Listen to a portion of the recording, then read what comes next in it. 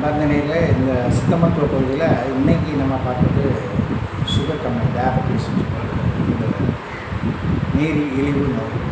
இந்த நீரிழிவு நோய் வருவதற்கு முக்கிய காரணம் என்னென்னு பார்த்தா உடல் உழைப்பு. இந்த உடல் உழைப்பு இல்லாமல் இன்றைய காலகட்டத்தில் எல்லாமே செயற்கையாக நம்ம என்ன செய்கிறோம், வேலை பார்க்குறோம். நிறைய பார்த்திங்கன்னா இந்த மாதிரி சேர்லேயே உட்காந்துக்கிட்டே இருப்பாங்க. ஒரு பக்கத்தில் உள்ள தெருக்கு நீங்கள் போகணுன்னா கூட என்ன செய்வாங்க, நடந்து போக மாட்டாங்க, டூ வீலரில் இல்லை காரில் போவாங்க. அதே மாதிரி ஒரு மாடிப்படி ஏறி இறங்கினா கூட லிஃப்ட்டில் தான் போவாங்க. அதே மாதிரி உடல் உழைப்பு குறைய நிச்சயமாக அந்த சுகர் கம்ப்ளைண்ட் ரொம்ப எளிதாக உங்களை என்ன செய்யும், தாக்கும். ஏன்னா இன்றைய காலகட்டத்தில் பார்த்திங்கன்னா நிறைய பேருக்கு குறைந்த ஒரு 20 வயசுலேருந்தே பார்த்திங்கன்னா அந்த சுகர் கம்ப்ளைண்ட் வருவதற்கு உடல் உழைப்பு குறைவாக இருப்பது ரொம்ப ஒரு முக்கிய காரணம். உடல் உழைப்பு வேர்வை வெளியில் வரணும்.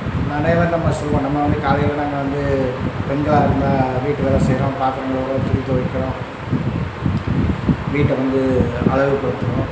அந்த மாதிரி வேலை செய்யும்போது எங்களுக்கும் சுகர் வந்துருக்குன்னு சொல்லுவாங்க. அதே மாதிரி ஆண்கள் நாங்கள் வேலைக்கு போகிறோம், ஆஃபீஸ் போகிறோம், சிலர் உட்காந்துட்டு செய்கிற வேலையை பார்ப்பாங்க, இல்லை சிலர் நடந்து போகின்ற வேலையை பார்ப்பாங்க. நாங்களும் குறைந்தது ஒரு 8 மணி நேரத்துலேருந்து 10 மணி நேரம் வரைக்கும் நாங்கள் வேலை பார்க்க தானே செய்கிறோம். ஏன் எங்களுக்கு சுகர் கம்ப்ளைண்ட் வருது? கொஞ்சம் யோசித்து பார்த்தோம்னா எல்லாருமே பிறந்ததுலேருந்து இறக்குற வரைக்கும் வேலை செஞ்சுக்கிட்டே இருப்பாங்க. சாப்பிட்றது, குளிக்கிறது, துணி உடுத்துறது எல்லாமே வேலை மாதிரி தெரியும். ஆனால் அது எல்லாமே வேலையாக நம்ம கணக்கில் எடுத்துக்கொள்ளக்கூடாது. ஏனென்றால் நம்ம உடலுக்கு ஒரு உடற்பயிற்சி அல்லது ஒரு மூச்சு பயிற்சி அல்லது நடைப்பயிற்சி இதை நீங்கள் தினமும் நீங்கள் என்ன செய்யணும், கடைபிடிக்க வேண்டும். நம்ம உடம்புக்காக குறைந்தது ஒரு 15 நிமிடம் 30 நிமிடம் வரைக்கும் ஒதுக்கணும். எப்படி நம்ம சாப்பிடுவதற்கு, குளிப்பதற்கு, உடை அணிவதற்கு நம்ம நேரத்தை ஒதுக்குறோமோ அதே மாதிரி நம்ம உடலுக்காக 24 மணி நேரத்தில் ஒரு 15 நிமிடம் அல்லது 30 நிமிடம் நீங்கள் என்ன செய்யணும், ஒதுக்கினா உங்கள் உடம்பு உங்கள் சொல் பேச்சை கேட்கும். எப்படி அப்படின்னா, நம்ம சாதாரணமாக வீட்டில் பெரிய வீடு இல்லை, எங்களால் மொட்டை மாடி இல்லை, நடக்க முடியாது அப்படின்னா வீட்டில் 2 சேர் நீங்கள் போட்டுக்கோங்க. போட்டு 8 மாதிரி நடங்க. 8 மாதிரி ஒரு 15 நிமிடம்லேருந்து 30 நிமிஷம் வரைக்கும் நீங்கள் நடக்கலாம். இது எப்போனாலும் நீங்கள் செய்யலாம். அதாவது காலையில் வெறும் வயிற்றில் தான் செய்யணும், இல்லை காலங்காலத்தில் தான் செய்யணும்னு கணக்கே கிடையாது. உங்களுக்கு எப்போ நேரம் கிடைக்கிறதோ அந்த நேரத்தில் குறைந்தது என்ன செய்யணும், ஒரு 15 நிமிடம்லேருந்து 30 நிமிஷம் வரைக்கும் செய்யணும். நிறைய பேர் பார்த்திங்கன்னா இன்றைக்கி எனக்கு சண்டே, அதனால் எனக்கு லீவ் இருக்குது, அதனால் நான் ஒரு 1 மணி நேரம் என்ன செய்கிறேன், நடைப்பயிற்சி செய்கிறேன். திங்கக்கிழமை செவ்வாய்க்கிழமை எனக்கு வீக் டேஸ் எனக்கு வேலை இருக்குது, அதனால் நான் ஒரு 5 நிமிஷம் தான் என்னால் நடக்க முடியும் அப்படின்னு பண்ணாதீங்க. உங்கள் உடம்புக்காக எவ்வளவு நேரம் ஒதுக்க முடியுமோ அதை என்ன செய்யணும், கண்டிப்பாக அந்த 10 நிமிஷம் நீங்கள் நடக்கலாம். இல்லை 15 நிமிடம், இல்லை 20 நிமிடம், உங்களால் எவ்வளோ நேரம் உங்கள் உடலுக்காக ஒதுக்க முடியுமோ அந்த நேரத்தை தினமும், அது நீங்கள் எங்கே இருந்தாலும் சரி, வீட்டில் இருந்தாலும் சரி, வெளியூர் போனாலும் சரி, நீங்கள் எந்த இடத்துல இருந்தாலும் தினமும் அந்த நடைப்பயிற்சி கடைப்பிடிங்க. மொட்டை மாடி இருந்தால் மொட்டை மாடியில் நீங்கள் நடக்கலாம். இல்லை எங்கள் வீட்டில் மொட்டை மாடி இல்லை, ஃப்ளாட்ஸ் இருக்குது அப்படின்னா மாடிப்படியில் ஏறி இறங்கலாம். மெதுவாக நீங்கள் மாடிப்படிக்கு ஏறலாம். அதே மாதிரி மாடிப்படியிலேருந்து மெதுவாக நீங்கள் கீழே இறங்கலாம். அந்த மாதிரி நீங்கள் தொடர்ச்சியாக நீங்கள் உங்கள் உடம்புக்கு வேலை கொடுத்தீங்கன்னா நிச்சயமாக இந்த சர்க்கரை வியாதி அவ்வளோ எளிதாக நிச்சயம் உங்கள் உடம்பை தாக்காது. அதுக்கு ரிலேட்டடாக இந்த பிபி, ப்ளட் ப்ரெஷரும் இது சார்ந்து உள்ள ஒரு பிரச்சனை தான். அதுவும் மேக்ஸிமம் வராது.